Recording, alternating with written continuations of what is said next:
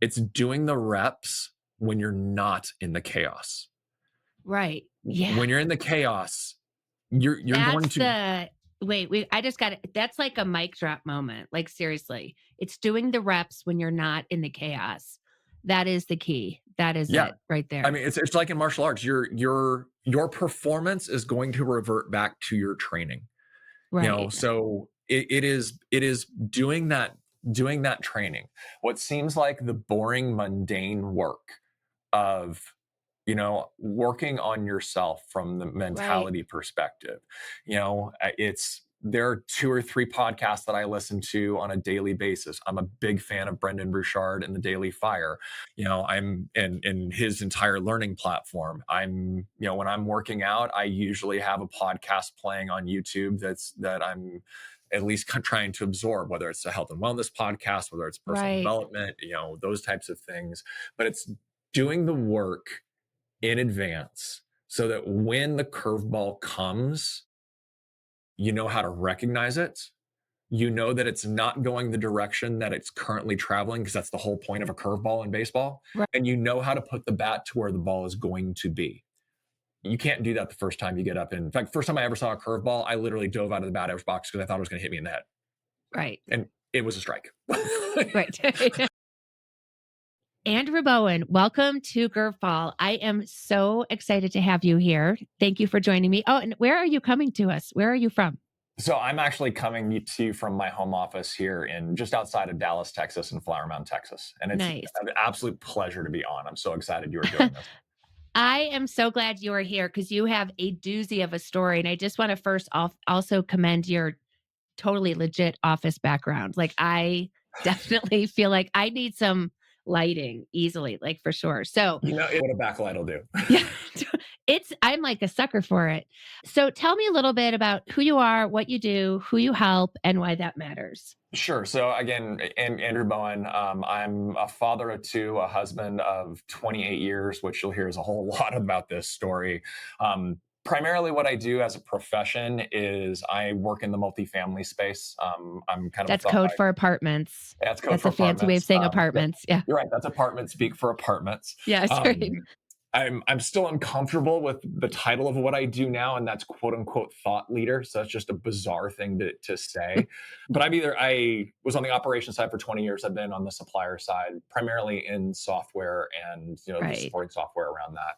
But as we'll get into, my wife and I also had a thriving Beachbody business that we've been building over the last 10 years. So I love I'm going to call it the side hustle, but it's Joy's 100% hustle. And I love doing that Right. as a couple and having that as something we do together. So that's kind of a little bit about who I am.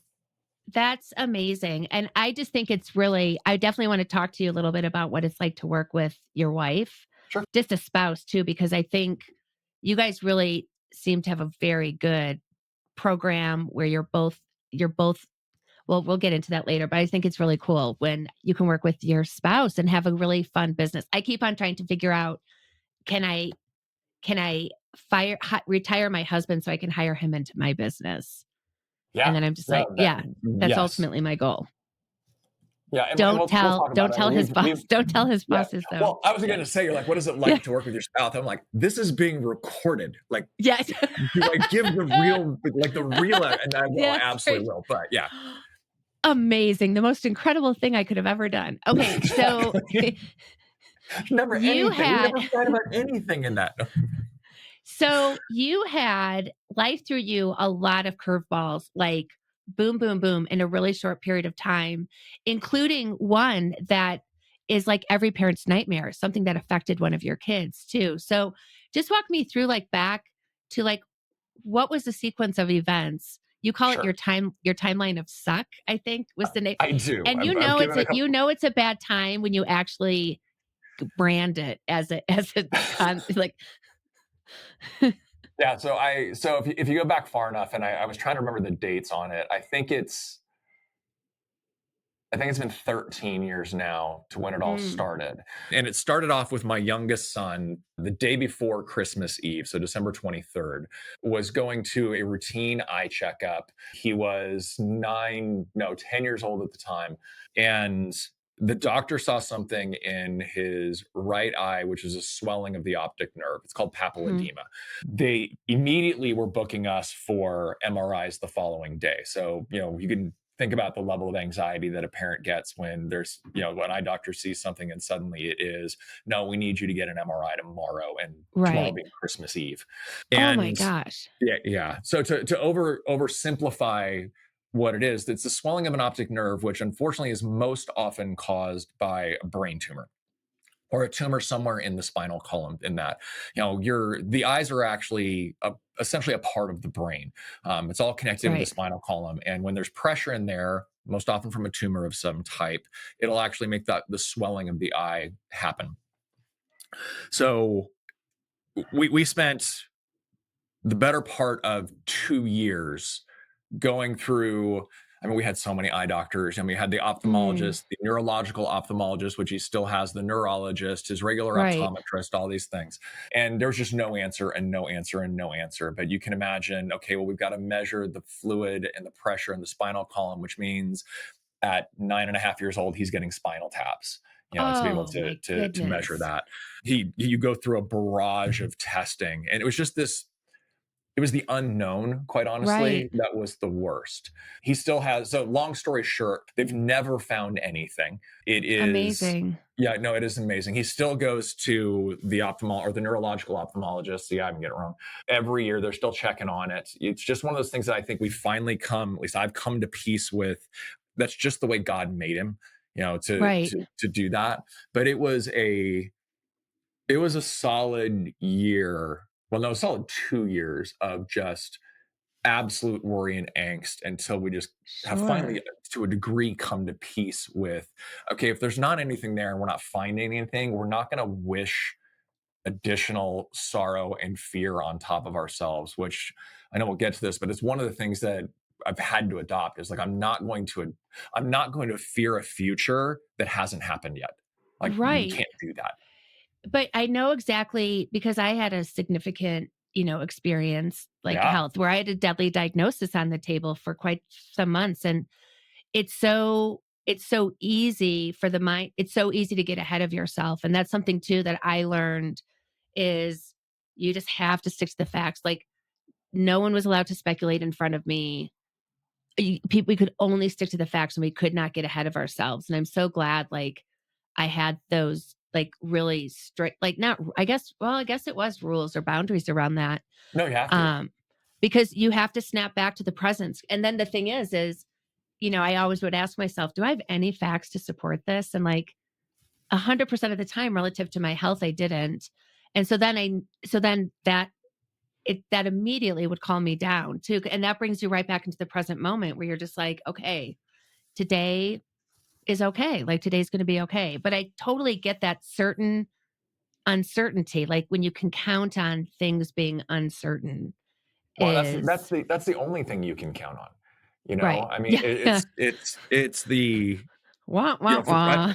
yeah, no, I don't know when I started doing it, but I started studying, a lot of Ryan Holiday and a lot of Stoicism several years ago, and it's like the whole Mhm. concept of memento mori is like, you're not promised tomorrow. Like, Right. none of us are, and that doesn't mean throw everything to the abandon and don't plan for the future.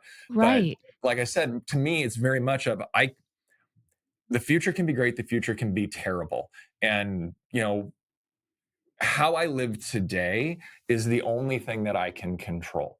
I can Right. hopefully set it up, but again, it was just one of those things that we decided, we're not gonna wish ill on us. And Kaylee, I'm going through this with my mom right now. She's been out of the hospital for the last couple Oh, weeks, I'm sorry. and she came back, and I could see she's actually living. She's downstairs living with us right now, but I could see her literally waiting for the next potential surgery that's going to happen in this series of things. I was Right. like, Mom, you can't do that. I'm like, Right. you're going to manifest this just by worrying about it this much. Right. Totally. Um, It's like you just sort of accept the thing even when it hasn't happened yet, and it does, it keeps okay, so I know that you got because I just know you just routed off that Latin word like no big deal, right? Like, I remember I had something called encephalomalacia, and I was just like, I can just if I ever get pulled over for a DUI, they'll say, "Recite the alphabet," and I'll say, "No." sir, I prefer to say encephalomalacia. Thank you. Yeah, and I'll spell be it backwards. leaving now, officer. So that is just the tip of the iceberg, though. So also during this period, Yeah, the so timeline of suck. yeah, so the next dot in the timeline of suck actually happened in the middle of that 2 years of real angst and what's not going. So it was literally basically an annual event. I'm not exaggerating when I say that our family basically holds its breath through July just to get through July. So the next one was actually my turn in the list. I when you have your kids when you try to keep them doing things when they're little, and one of the things we ran into was martial arts and specifically American karate, and both my boys got their junior black belts, etc. And I ended up actually joining Amazing. with them on the mat, which was a blast. I've got I have my second degree black belt in American karate. But my black belt test nearly killed me, and I don't say that flippantly. I mean it literally. I've had a doctor reinforce that with me when I was getting out of the hospital, and I'm like, "Oh, I'm great. I'm going back." It's like, "You nearly died." So what ended up happening is during my black belt tests, I guess go back a little bit before that, probably about 18 months before I knew I was going to be eligible to test, I had been helping out with other adult black belt tests. And I saw the level of physical exertion and, more importantly, mental exertion that goes into it. And you Right. see so many candidates crumble in their tests. And I was determined that that was not going to be me. I trained harder for that than just about anything I have ever done in my life. I was in great physical shape for it, etc. So this is where it kind of sets the stage for like what the heck is going on. So Right. the black belt test is one of the most physically hard things you're ever going to do, and it can at least where the discipline I do, it comprised three different things. There was self defenses, where you basically get the closest to attack that you're going to be without actually being attacked, and you have to show the proficiency to deal with what's coming at you.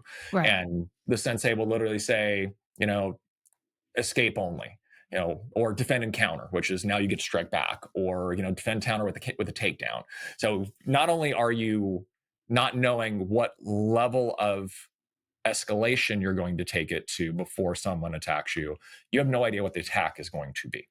So you can imagine that first and foremost, like the first attack is this 6'4", 220-pound. I think Mr. Drew was 22 years old at the time. Just comes up and gives you this massive bear hug from behind and literally lifted both my feet off the ground to go from there. Right. So my adrenaline just spikes through the roof at that point. I'm like, okay, it's on. And I feel my heart rate just start racing, which that's what adrenaline's supposed to do, right? So we go through 30 minutes of self-defenses. We go through another 30 minutes of, on the ground grappling. And then we get ready for the black belt rounds, the sparring rounds. And the way the sparring rounds work is you have to have 15 black belt level 2-minute rounds where there's a 30-second break in between. Oh You my get a fresh gosh. black belt to spar every round. You're doing them all. And if the round is Right. not at a black belt level, it doesn't count. So like my Right. youngest son, I think, had to do 24 rounds when he was doing his junior black belt. Goodness. How old was So he at the time? for his junior black belt, both my kids got them at 10 years old. So yeah, his story, he got his junior black belt while he was on diuretics for his eyes to keep the pressure down on it. And that poor kid, like I said, it's all this same time frame. He was Yeah, able he's a little to like stud. that's just yeah, I'll say. Yeah. But so we get to the sparring part, and obviously you got to put on your gear and everything else. And I knew my heart rate was still elevated, and I was just trying to breathe through it and kind of bring it down. And like I said, I'd worked really hard to this point. And when you're an adult black belt candidate, the test should be pretty much a formality when it comes to the physical aspect of it. Again, it's really Mhm. challenging your mental. Can you make it through this? So, people were kind of surprised. So by the way, I don't remember any of these rounds as we get to this. I've seen the videos of them, but I don't remember any of them. The first 5 or 6 rounds, I would say I was probably at a 7 out of 10 for my capabilities. By the time I started getting into rounds 8 through, let's call it 13, I was more like a 3. By the time I got to 14 and 15, my wife described it very accurately as drunk boxing. I actually, my last round against the same guy that I talked about in who was the first attacker, um, they I fell down 3 times in that round and did not throw a single punch or kick. What basically had happened is at the very beginning, to get to the punchline, I suffered what's known as atrial flutter.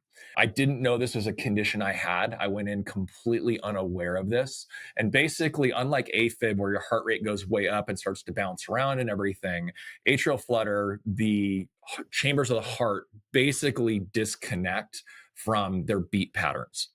So a little cardiac, the upper chamber's job is to fill the lower chamber. The lower chamber is to push the blood through the body.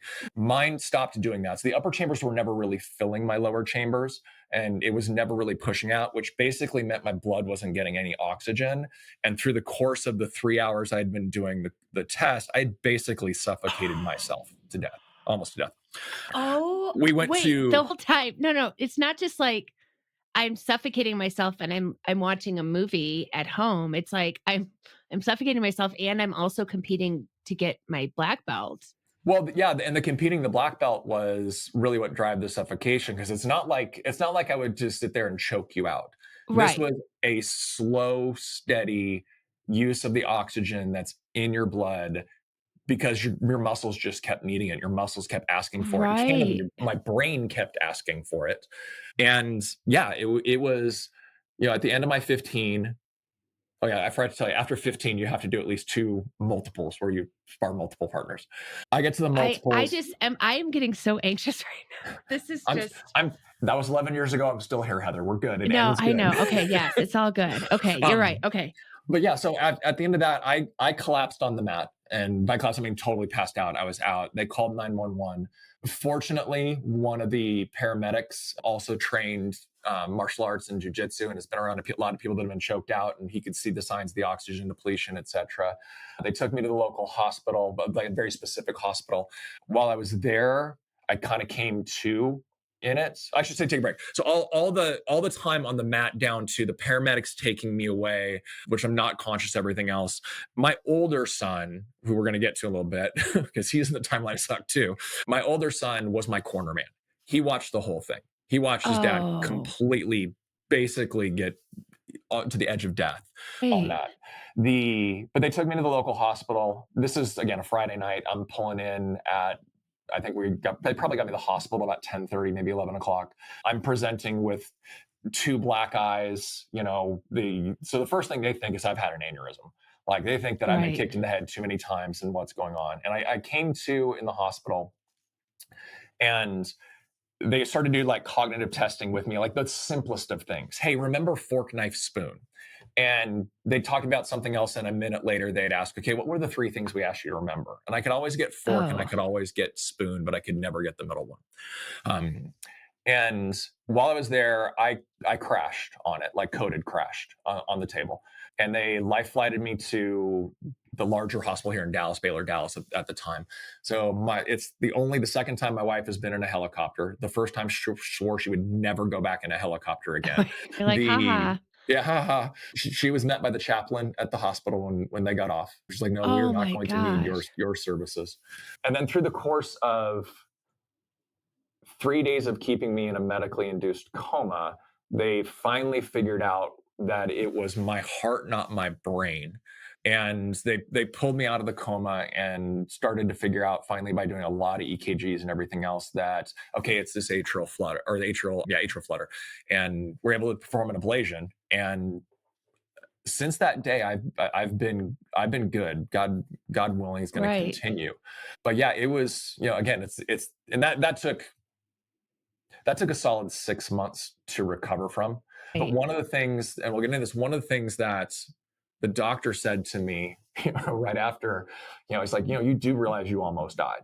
Because I was asking how quickly can I go back and start getting back, into training and all the things. Right. And he said, he's like, look, if you hadn't have come in here, the fitness was both what ended up causing it, because if I wasn't as fit as I was, I probably wouldn't have pushed through. If I wasn't as hard headed as I was, I wouldn't have pushed through. I would have stopped. But he goes, look, you're not the body type we normally see come in here. Like, you're not, and I'm not some physical freak or anything, but, normally people with this type of condition are presenting with a very different comorbidity set of factors. He goes, Right. so your Right. fitness probably saved your life as well to it. And as we continue this theme, that's something that has never left me and is a message that I've tried to resonate in Right. kind of everything I do. Is like it's more than just a level of vanity. Although this journey on fitness for me did start because I wanted to look better in a t-shirt, if I'm being Right. truly Sure. honest. But it's that one phrase from a doctor as I was still laying in a hospital bed, that your fitness probably saved you, was something that Right. has resonated and driven me since. Right. Well, it's sort of like in my own recovery, which has been like pretty miraculous, Yeah, if it I do has say so felt. myself.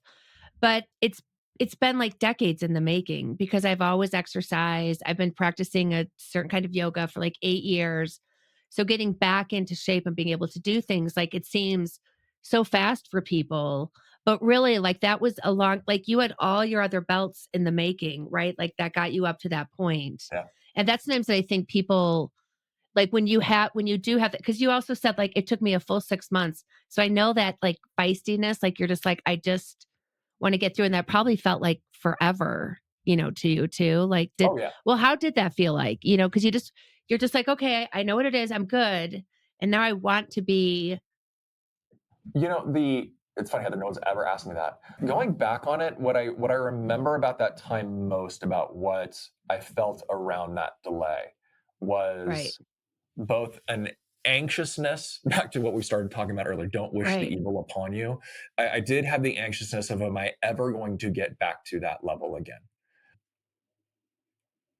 But also very determined to get to back to that level again. right, right, Like I said, I'm a second degree black belt. I don't train anymore. CTE is a real thing. I don't need to get kicked in the head anymore, although I love it. The but I did go back and train for my second degree on it. I didn't right, stop after that one, but I think I do remember moments of, if I'm being honest, angst and wonder of like, okay, is that best part of me, or in this case from a physical perspective, behind me? And that was right, something I had to work through. right. And what does this new like Andrew 2.0 look like after this? So so then okay, so then this happens and you're probably just like, "Okay, life, Yeah. okay, but we're going back." So, like, then what happened? Then, and I love, so then the following year, also in July. Well, actually, so I was like, we hold our breath for July. Totally, I get and, it. and actually, I take that back. Let's start in June. June of the following year, my wife at 42 years old goes in for a routine mammogram, Mhm. and the radiologist sees something, or pardon me, her doctor sees something that she doesn't like. So sees a spot on the film, and I'll tell this part of the story because I think this is super important for men and women to take control of their medical destiny, and making sure that if something doesn't seem Right. right, you push against it. So Yes. she went in for a needle biopsy, and they did the needle biopsy and it came back clean. And her doctor, to her credit, went back and said, I don't like it. I don't think they got the right spot. I think they missed. I want to do another one. Right. It could have been super easy to say, no, it was clean. I'm going to go get a second opinion, and they're going to look at the results and it's going to say it's clean and all those types of things. But something within Joy being my wife, obviously, something in Joy said, I need to go do it again. And this time they did the X-ray guided needle biopsy, and it came back with non-invasive, breast cancer on this. Oh She my doesn't have gosh. BRCA. She's negative. She's dual negative. It was ND or NCIS, but because so that was the first mammogram was in May. In July is when she actually got the diagnosis. She actually got the call from the doctor while on a mother son trip with my oldest son in Chicago. Oh, no. And it became a running joke that Chicago was a great trip, except for that whole cancer thing. Yeah, Um, yeah, right, Without yeah. exaggeration, they were on a Segway tour of Chicago. She had to stop and pull over because she knew the doctor would be calling at some point, and that's how she found out. Oh my That's how we gosh. confirmed that she Right, had breast cancer, which started the obvious journey. And our journey in from a medical perspective in breast cancer has been what I would say is a relatively easy one. It was caught incredibly early. It was stage zero, which meant that because Joy was willing to be surgically aggressive. So we scheduled a double mastectomy. We didn't do lumpectomy. We didn't do one side. It was a double mastectomy at the age of 42. And because of that, we didn't know this would even be an option. Because of that, we were able to avoid the chemo, the radiation, and all the other things that potentially could have been a part of her future when it comes to breast cancer. right, And as I'm sure you figured out by now, having gone through everything that you've gone through, one of these things that even though she's cancer free, you never get away from cancer in that perspective. right, And I think that this is going to sound really weird to some. I think that's a good thing. Yes, you never get away from the is it going to come back? Like I don't know about you, Heather, but that's always still something that's, again, I'm not going to dwell on it. I'm not going to wish evil right, upon it, but right, right. it's always a little in the back of mind. Sure. But what's happened over the years since Joy was diagnosed, and we're we're pretty out there when it comes to social media. I mean, we built an entire business based off of social media platforms, Right, etc. And we shared the whole. I mean, maybe not every story. They didn't see me cleaning out her drains, but I guess right. now I've shared that too. But Well, we've I shared that. really need to see video proof actually, Yeah, so there yeah, it does hashtag exist. yes, Yeah. there. But it's a blessing and a curse in the fact that there's probably not. Well, definitely not. I mean, 1 in 8 women are going to be diagnosed with breast cancer. 8 years Right. after Joy was, her mom was diagnosed with breast cancer. Oh, But so I'll use 1 in 8. There's probably not 8 weeks that go by that someone else, either in our life or around our life, is diagnosed or knows someone who's diagnosed. And we're blessed that very often they come to Joy and I to ask, what do we do? Like right, how do we handle this? How do we get to the other side of it? And again, it ties back into why did we build a health and wellness business? For women who are exercising, and the type of exercises are not very specific. It's just when you're living a right. healthy lifestyle and you're exercising, the chance of breast cancer recurring decreases by 85%. That's amazing. 85%. That's a study out of the Salk Institute down at UC San Diego. We heard some of these stats very early on in her recovery, and it just was we can't necessarily help people prevent it because there's too many factors that go in that Right, aren't controllable, like the gene set that you have. But how do you come on the other end of it and right. thrive? That's within our control to help influence others on.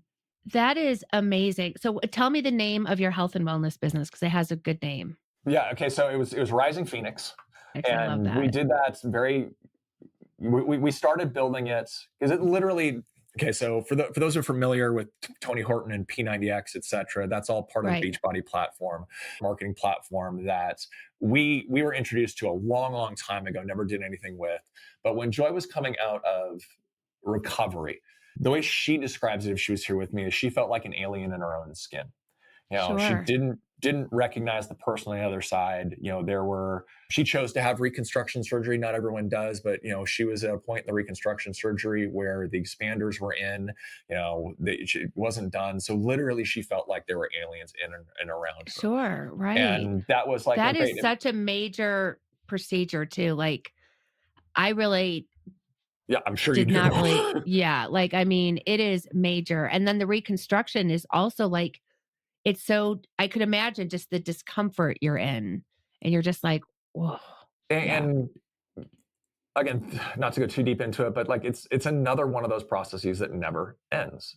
right. She's actually had, she after 5 years, they had no once or twice. I mean, she's had all the implants taken out and redone Right. because they don't have a lifetime warranty on them.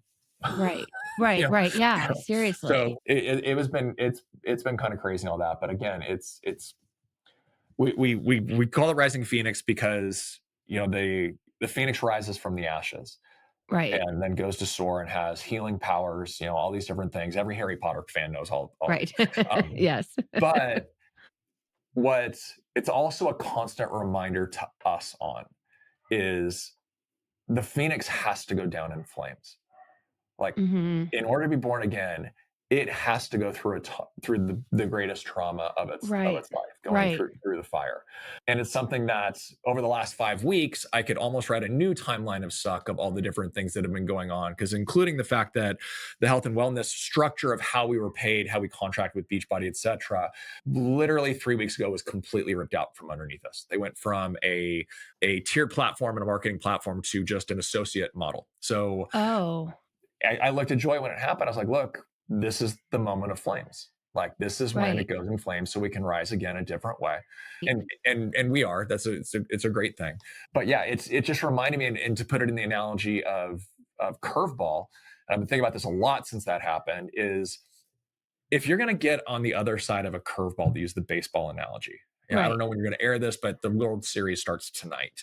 The if you're going to get if you're going to survive a curveball in baseball, to truly survive it, you have to get back in the batter's box.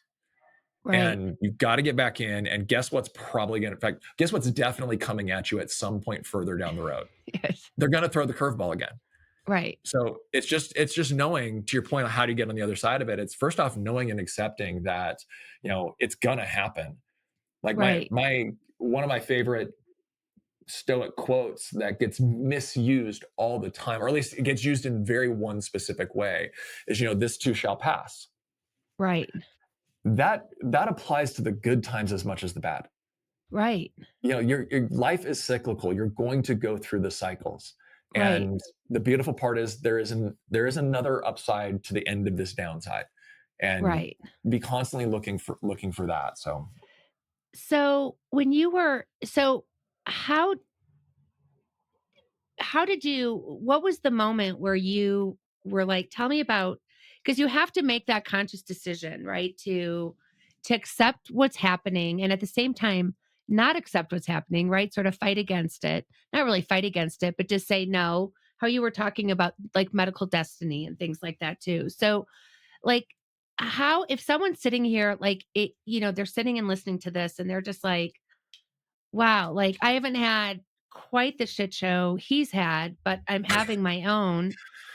What is that one thing that you do that is now just part of your practice? Because you're just like, there's a downside, there's an upside. There's going to be a downside, there's going to be an upside. So you have so much faith in the upside is coming. And how do you get to that place? that's such a great question, Heather. Like I said, I don't know when. Well, there's a couple. Let me go to my morning. Well, when I'm on my game, what my morning Yeah. routine looks like. Oh, This would be morning the one that I put on. routines. This would be the I'm one a on Instagram, not necessarily what yeah. gets executed every day. Yeah. The and I don't know when. I wish I could go back and figure out when I actually truly started this. So there's obviously the phrase that a lot of people know, that leaders are readers, but not all readers are leaders. So I kind of embraced that, I don't know, 10 years ago or so, where I try to read every day. And Mhm. that did start of just, and I'm not a fiction guy. Like, I've just never really been fiction. Although Right. ironically, I think the last fiction series I did read was Harry Potter, since he seems to be Right. a theme now. The but I would sit down in the morning and I would read for 20, 30 minutes on various different books. And at some point I got a little more serious about my faith and made sure that a daily devotional was also a part of that. So a part of why I have Nice. that Right. positive, optimistic output is my faith. Like, that is absolutely a part of it. And then at some point, I must have been turned on to it by somebody else, but at some point I was turned on to the book "The Obstacle Is the Way" by Ryan Holiday. Right. And for no joke, probably for 3 years, I had that book on repeat, where Yeah. I would read a chapter every day. And when I was done with the book, I'd go back and read the next chapter. And the chapters in that book are, anywhere between 3 to probably 7 pages. They are, Right. here's a lesson for the day. I treated it essentially as like a daily study practice. I love that. It's pragmatism, it's optimism, it is being grounded in where you're at today. It's being, accepting of the things that you can't control. Right. But I mean, to the AA, I'm going to accept the things that I can't control, but I'm going to control the things that I can control, which Right. is Totally. my choice in that moment. The And courage candidly, to I know and the started it wisdom off. to know the difference. Yes, Yeah. like, yeah, and that's what's I'm still not there. Trust me, I'm still Yeah. not there Right. Yeah. because I started this whole thing because I was really struggling with imposter syndrome. Like, you and I know each other from the multifamily apartment world, and when I went from the operator side to the supplier side, I went from being a regional manager to suddenly sitting in the boardroom with the CEO, the COO, Right. etc. And that mentality of me actually being worthy of being in the room was Oh, something that right. candidly Yeah. I still struggle with sometimes. That's Um, so interesting. but that's, yeah, we can do a whole other podcast on imposter Yeah. syndrome. And Right. yeah, the but I mean, that daily discipline of, I'm going to feed my mind the things that it needs to develop that type of a resilience and that type of outlook. Right.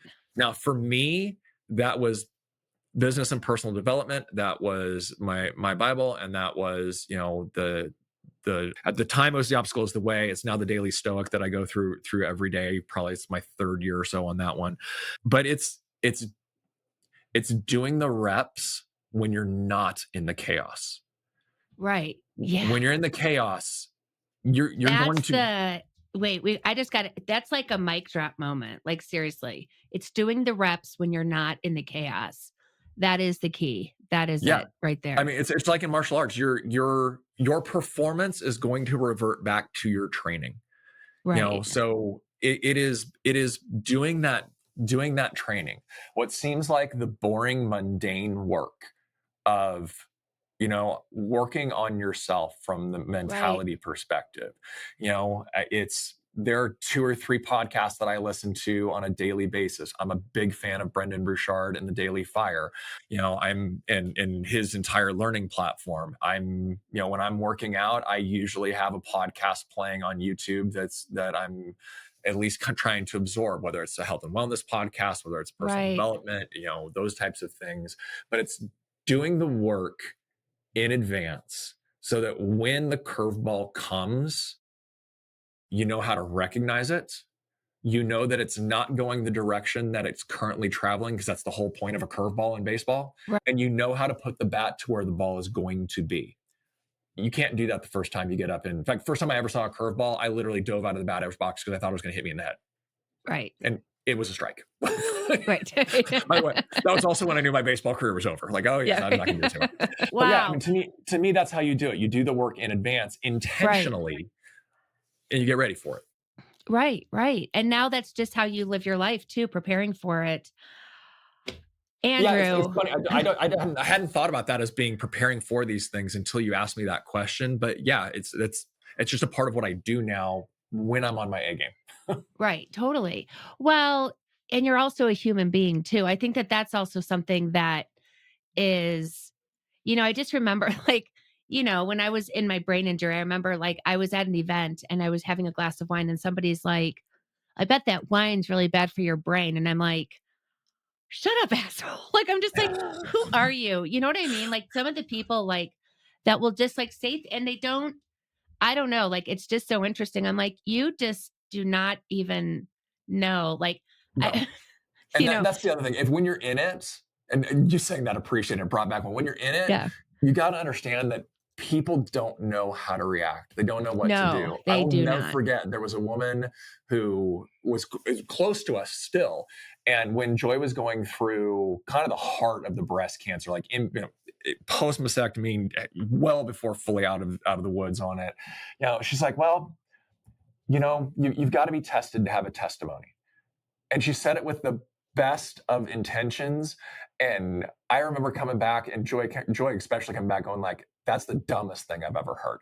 Like, I just like, I, Says you. I know. Yeah. I'm like, Sometimes people are like so on the up, like my husband was like, if you have ALS, like we'll totally get like we're just gonna do it. And I'm just like, yeah, I get that. But I said, you're just a little too on the up. Like I'm just so I totally get that. Andrew, do the reps when you're not in chaos is literally my big takeaway from this. And I'm so grateful. So everyone is happy and healthy then in your family. Like you're all the Bowens are doing great. How can all people learn more about Rising Phoenix? Yeah, so all the bones are doing great, which is awesome. And I guess the best way to reach out and learn more about Rising Phoenix is to head to our website. And I wish it was an easier one for you guys, but it's joy-and-drew.com. Again, it's what's I available, will what's put going a on. link in the show notes. How's that? So it's just Perfect. a click away. It's just a click away, people. Thank you so much and I just love the story about how you now have Rising Phoenix.